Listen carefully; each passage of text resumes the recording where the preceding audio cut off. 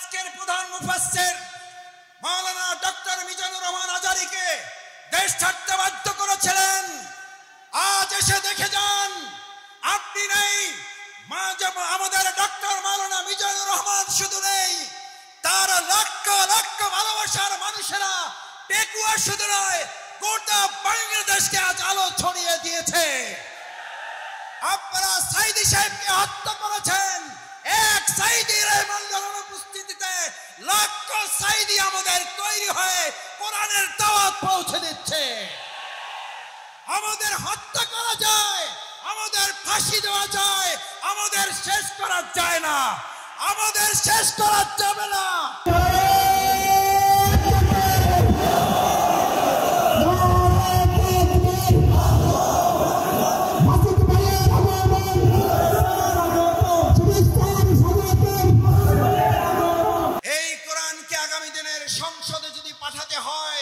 তার জন্য আমাদের 2024 সালের জুলাই আগস্টের তরুণ যুবকেরা যারা জীবন বাজি রেখে উই ওয়ান্ট জাস্টিসের স্লোগান রেখেছিল, সেই উই ওয়ান্ট জাস্টিসের স্লোগান বাস্তবায়ন কি মানুষের তৈরি করা মতবাদ বাস্তবায়ন করতে পারবে নাকি কোরআন পারবে? উই ওয়ান্ট জাস্টিসের জন্য তরুণ যুবকেরা আমাদের মীর মুগ্ধ আবু সাঈদরা যদি জীবন দিতে পারে, আজ তরুণ যুবক এবং আমাদের জনতাকে জিজ্ঞেস করতে চাই, আগামী দিনে কোরআনের সংসদ কায়েমের জন্য, ইসলামের সংসদ কায়েমের জন্য আরেকবার যদি জীবন দিতে হয় আমাদের, সেই জীবন দিতে আমরা কি রাজি থাকব? আমরা কি রাজি থাকব? আপনারা কেমন আছেন সবাই? আপনারা ভালো আছেন সবাই? আমরা একবার জোরে সোরে আল্লাহর দরবারে শুকরিয়া আদায় করি। সবাই একসাথে আমরা শুকরিয়া আদায় করব। পারা যাবে ইনশাআল্লাহ? যতদূর মাইকের আওয়াজ যায় সবাই আমরা একসাথে আল্লাহর দরবারে এজন্য শুকরিয়া আদায় করব যে আল্লাহ তাআলা আমাদেরকে আজ এই উন্মুক্ত আকাশের নিচে বিশাল এই তাফসিরুল কোরআন মাহফিলে একত্রিত হওয়ার তৌফিক দিয়েছেন। সে আল্লাহ সুবহানাহু ওয়া তাআলার দরবারে আমরা আমাদের হৃদয়ের সবটুকু আবেগ এবং ভালোবাসা উজাড় করে মস্তক অবনত চিত্তে শুকরিয়া আদায় করতে চাই। সবাই পারবেন ইনশাআল্লাহ? আমরা সবাই একবার শুকরিয়া আদায় করে জোরে সোরে আলহামদুলিল্লাহ, আলহামদুলিল্লাহ, আলহামদুলিল্লাহ, আলহামদুলিল্লাহি রাব্বিল আলামিন, ওয়াসসালাতু ওয়াসসালামু আলা রাসূলিহিল কারীম ওয়ালা আলিহি ওয়াসাহবিহি আজমাইন। আজকের এই বিশাল তাফসিরুল কোরআন মাহফিলের সম্মানিত সভাপতি, আজকের এই মাহফিলের সম্মানিত প্রধান মুফাসসিরে কোরআন, আন্তর্জাতিক খ্যাতি সম্পন্ন আলেমে দ্বীন, বিশিষ্ট ইসলামিক স্কলার, আমাদের অত্যন্ত শ্রদ্ধাভাজন, গোটা বিশ্বের দরবারে যিনি কোরআন এবং ইসলামের আহ্বান অত্যন্ত যৌক্তিকভাবে মানুষের সামনে তুলে ধরছেন, আমাদের আজকের সেই প্রাণপ্রিয় প্রধান আকর্ষণ জনাব মাওলানা ডক্টর মিজানুর রহমান আজহারী। আজকের এই প্রোগ্রামে উপস্থিত সম্মানিত আমন্ত্রিত অন্যান্য ওলামায়ে কেরাম, বরেণ্য আলেমে দ্বীন, আজকের এই প্রোগ্রামের সম্মানিত অতিথি বাংলাদেশ জামাত ইসলামী কক্সবাজার জেলা শাখার সংগ্রামী আমির, আজকের এই প্রোগ্রামের অন্যতম অতিথি বাংলাদেশ জামাত ইসলামীর আপনাদের অত্র অঞ্চলের প্রাণপ্রিয় মানুষ জনাব আব্দুল্লাহ আল ফারুক, আজকের এই প্রোগ্রামের সম্মানিত আয়োজক আপনাদের সকল প্রাণপ্রিয় ভাই, যিনি এই পুরো প্রোগ্রাম সমন্বয় করার জন্য আপনাদের সামগ্রিক সহযোগিতা এবং আল্লাহর ভালোবাসা নিয়ে সামনের দিকে প্রোগ্রাম এগিয়ে নিয়ে যাচ্ছেন, প্রিয় ভাই নিয়ামতুল্লাহ নিজামী, সম্মানিত ওলামায়ে কেরাম, সম্মানিত শিক্ষকবৃন্দ, পিতৃ সমতুল্য মুরব্বিয়ানে কেরাম, আমার সামনে উপস্থিত তরুণ এবং যুবক ভাইয়েরা, মহান আল্লাহর দরবারে শুকরিয়া আদায় করি প্রিয়নবী মুহাম্মদুর রাসূলুল্লাহ সাল্লাল্লাহু আলাইহি সাল্লামের দরবারে দুরূদ পেশ করছি সাল্লাল্লাহু আলাইহি ওয়াসাল্লাম। আজকে এখানে আপনারা যারা এসেছেন, আমরা সবাই এখানে কি দুনিয়ার কোন শক্তির কাছে এসেছি নাকি আল্লাহর শক্তির কাছে এসেছি? কার কাছে এসেছি?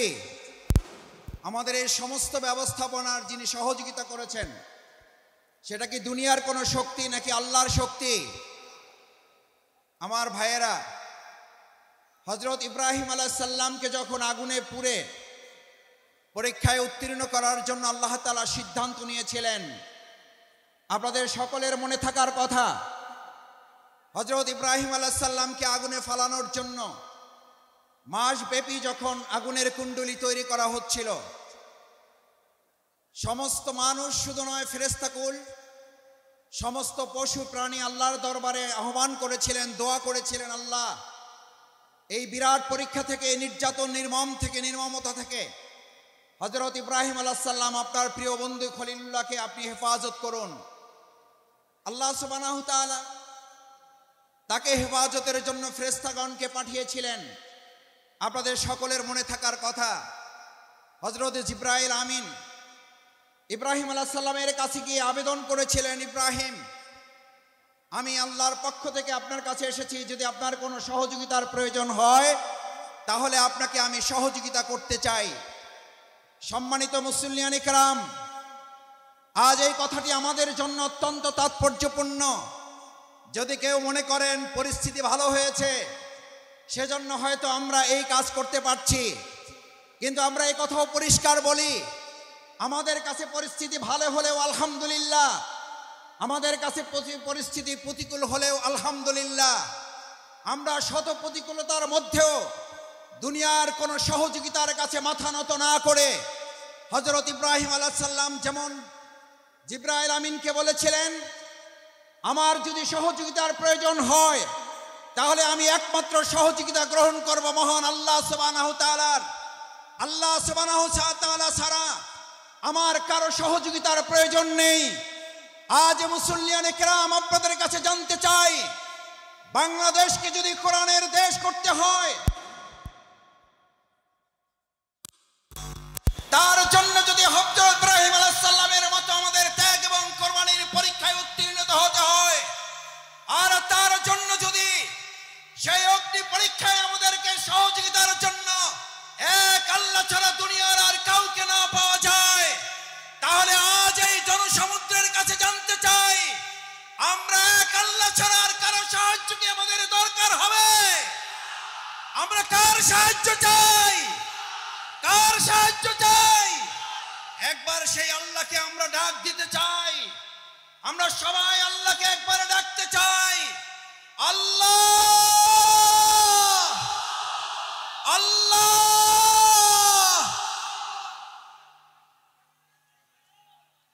সম্মানিত ভাই এবং বন্ধুগণ, হযরত ইব্রাহিম আলাইহিস সালাম আল্লাহর সাহায্য চেয়েছিলেন। দুনিয়ার কোনো মানুষ শুধু নয়, ফেরেশতাগণের সাহায্য তিনি নেননি। যে ইব্রাহিম আলাইহিস সালাম আল্লাহর সাহায্যের ভরসা করেছিলেন, সেই ইব্রাহিম আলাইহিস সালামকে আল্লাহ তাআলা সাহায্য করেছেন না করেন নাই? আগুনের মধ্যে তাকে বাঁধা রশিটা পর্যন্ত পুড়ে গেছে। হযরত ইব্রাহিম আলাইহিস সালাম আগুনের স্পর্শ করা তো দূরের কথা, হযরত ইব্রাহিম আলাইহিস সালাম সেই সময়, ওই সময়টুকু যা তিনি আগুনের মধ্যে অবস্থান করেছিলেন, সেই সময়টুকুকে বলা হয়ে থাকে তিনি তার জীবনের সবচেয়ে সুখী এবং আরামের জীবন যাপন করেছেন। সুতরাং কোরআনের জন্য যারা কথা বলবে, ইসলামের জন্য যারা কথা বলবে, কোরআন বাস্তবায়নের জন্য যারা কাজ করবে, ইসলাম বাস্তবায়নের জন্য যারা কাজ করবে, আজ এখানে আমরা যারা উপস্থিত হয়েছি, আমরা যদি আজ এখান থেকে সিদ্ধান্ত নিতে পারি, আমাদের জীবনের সর্বস্বটুকু বিলিয়ে দিয়ে হলেও যে কোরআনের ভালোবাসায় আজ আপনারা এখানে শামিল হয়েছেন, আপনারা কি কোনো ব্যক্তির আহ্বানে ভালোবাসা এসেছেন নাকি কোরআনের ভালোবাসা এসেছেন? কিসের ভালোবাসা এসেছেন? এই কোরআনকে আগামী দিনের সংসদে যদি পাঠাতে হয়, তার জন্য আমাদের 2024 সালের জুলাই আগস্টের তরুণ যুবকেরা যারা জীবন বাজি রেখে উই ওয়ান্ট জাস্টিসের স্লোগান রেখেছিল, সেই উই ওয়ান্ট জাস্টিসের স্লোগান বাস্তবায়ন কি মানুষের তৈরি করা মতবাদ বাস্তবায়ন করতে পারবে নাকি কোরআন পারবে? উই ওয়ান্ট জাস্টিসের জন্য তরুণ যুবকেরা, আমাদের মীর মুগ্ধ আবু সাঈদরা যদি জীবন দিতে পারে, আজ তরুণ যুবক এবং আমাদের জনতাকে জিজ্ঞেস করতে চাই, আগামী দিনে কোরআনের সংসদ কায়েমের জন্য, ইসলামের সংসদ কায়েমের জন্য আরেকবার যদি জীবন দিতে হয় আমাদের, সেই জীবন দিতে আমরা কি রাজি থাকব? আমরা কি রাজি থাকব?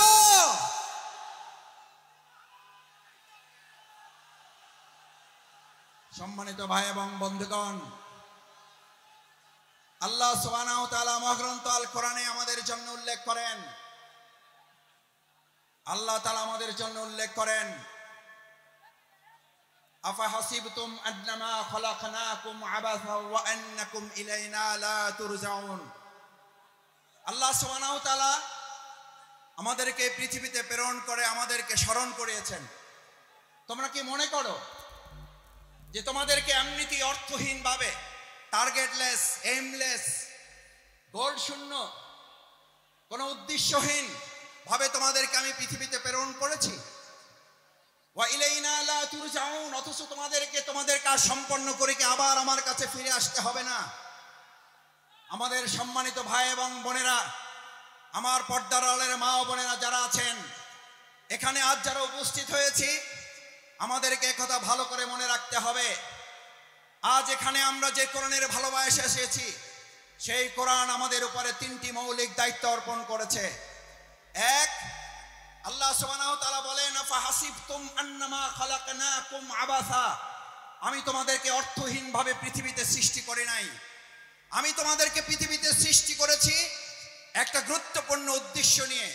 সেই উদ্দেশ্য সম্পর্কে আল্লাহ তাআলা পরিষ্কার রোডম্যাপ ঘোষণা করেছেন। এখন আমাদের দেশের অর্থনীতি সংস্কারের প্রশ্ন উঠছে, আমাদের দেশের রাজনীতি সংস্কারের প্রশ্ন উঠেছে, পররাষ্ট্রনীতি সংস্কারের প্রশ্ন উঠেছে। আমরা আজ সংস্কারের দায়িত্বে যারা আছেন তাদের কাছে আল্লাহ তাআলার সংস্কারের রোডম্যাপ তুলে দিতে চাই। আল্লাহ তাআলা কোরআনে ঘোষণা করেন, ফাইম্মা ইয়াতিয়ান্নাকুম মিন্নি হুদান, আমি এই পৃথিবীতে মানুষকে প্রেরণ করে তাকে একটা রোডম্যাপ দিয়ে দিয়েছি। এই রোডম্যাপের মধ্যে তার রান্নাঘর থেকে শুরু করে তার সংসদ ভবন পরিচালনার পর্যন্ত সমস্ত বর্ণনা আমি উল্লেখ করে দিয়েছি। সুবহানাল্লাহ। আমার ভাইয়েরা, মহাগ্রন্থ আল কোরআনের মধ্যে যে রোডম্যাপ আল্লাহ উল্লেখ করেছেন, ফামান তাবিআ হুদায়া, যদি এটাকে ফলো করে, যদি এটাকে অনুসরণ করে, যদি এটাকেও মেনে চলে, তাহলে আল্লাহ ঘোষণা দিচ্ছেন, কোন প্রধানমন্ত্রী না, কোন প্রধান উপদেষ্টা না, কোন উপদেষ্টা বৃন্দগণ নন, কোন জাতিসংঘের মহাসচিব নন, এক আল্লাহ সুবহানাহু ওয়া তাআলা ঘোষণা দিয়েছেন, ফামান তাবিআ হুদায়া, তাহলে তোমরা রোড ম্যাপের আসল রাস্তা খুঁজে পাবে।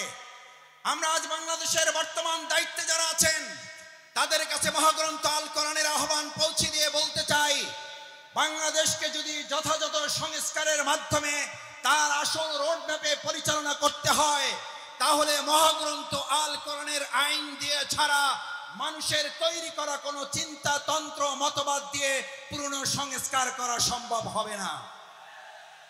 ভাই এবং বন্ধুগণ, আল্লাহ তাআলা বলেন, যদি এটাকে ফলো করো হুদায়া, তাহলে সঠিক পথ পাবে। আচ্ছা, আপনাদের কাছে জিজ্ঞেস করি, যদি কোরআন অনুসরণ করার মধ্যে দিয়ে সঠিক পথ পাওয়ার কথা বলা হয়, তাহলে আমাদের কাছে কি এই প্রশ্ন ওঠা স্বাভাবিক নয় যে কোরআন বাদ দিয়ে যে কোনো পথ অবলম্বন করলে ওটা সঠিক নয়, ওটা গোমরাহের পথ? কোরআন যদি আল্লাহর পথ হয়, তাহলে কোরআনের বাইরে যা মত আছে, পথ আছে, সমস্ত মত এবং পথ ইবলিসের পথ। ঈমানদাররা কখনো কোরআনের পথ, আল্লাহর পথ বাদ দিয়ে ইবলিসের পথে হাঁটতে পারে না। আজ আমাদের এই কোরআন দায়িত্ব দিয়েছে, ফামান তাবিআ হুদা, তাহলে তোমরা সঠিক পথ পাবে, আসল পথ পাবে। আমাদের এই প্রিয় মাতৃভূমি বাংলাদেশ স্বাধীন হওয়ার 53 বছর পার হলেও আমরা কি অর্থনৈতিক মুক্তি পেয়েছি ভাইয়েরা? আমরা কি সাংস্কৃতিক মুক্তি পেয়েছি? আমরা কি রাজনৈতিক মুক্তি পেয়েছি? এই সকল মুক্তি আমাদের যদি পেতে হয়, তাহলে আমাদের মানুষের তৈরি করা মতবাদের দিকে নাকি কোরআনের দিকে ফিরতে হবে? আমাদের গ্রামে, আপনাদের গ্রামে আমরা সবাই একটা কথা বলি, সোজাতে হবেন, মরার আগে হবেন না। কখন হবেন? কখন হবেন? কাপড় দিয়ে যখন পায়ের কাছে একজন ধরে আর মাথার কাছে একজন ধরে, দুই থেকে দুইজন ধরে আর টানে, বলে যে আরো সোজা করো, আরো টাইট করো। ভাইয়েরা, মরার পরেই যদি আমাদের সোজা হতে হয়, চোখে যদি দেখতে পাই যে আমরা সোজা হচ্ছি এবং আমার সন্তানরা আমাকে টাইট করে বেঁধে সোজা করছে, আজ আমার সমস্ত পেকুয়াবাসী, বাংলাদেশের প্রান্ত থেকে যারা এখানে এসেছেন, আমরা আহ্বান জানাই, আসুন, মরার পরে যদি সোজা আমাদের হতেই হয়, তাহলে জীবিত থাকতেই আমরা সোজা হয়ে আমাদের বাংলাদেশকেও সোজা পথে পরিচালনার জন্য আর কোন মত এবং পথ নয়, কোরআনের পথেই বাংলাদেশকে আমরা সোজা করে পরিচালনা করব ইনশাআল্লাহ। দ্বিতীয় যে দায়িত্ব আল্লাহ তাআলা আমাদেরকে দিয়েছেন, ফামান তাবিআ হুদায়া ফালা খাউফুন, কোনো ভয় নেই তোমাদের। আমার ভাইয়েরা, আমাদেরকে ভয় দেখিয়েছিলেন, আমাদেরকে ভয় দেখিয়ে আমাদের আজকের প্রধান মুফাসসির মাওলানা ডক্টর মিজানুর রহমান আজারীকে দেশ ছাড়তে বাধ্য করেছিলেন। আজ এসে দেখে যান, আপনি নেই, আমাদের ডক্টর মাওলানা মিজানুর রহমান শুধু নেই, তার লক্ষ লক্ষ ভালোবাসার মানুষেরা পেকুয়া শুধু নয়, গোটা বাংলাদেশকে আজ আলো ছড়িয়ে দিয়েছে। আপনারা সাইদি সাহেবকে হত্যা করেছেন, এক সাইদি রহমানের অনুপস্থিতিতে লক্ষ সাইদি আমাদের তৈরি হয়ে কোরআনের দাওয়াত পৌঁছে দিচ্ছে। আমাদের হত্যা করা যায়, আমাদের ফাঁসি দেওয়া যায়, আমাদের শেষ করা যায় না, আমাদের শেষ করা যাবে না।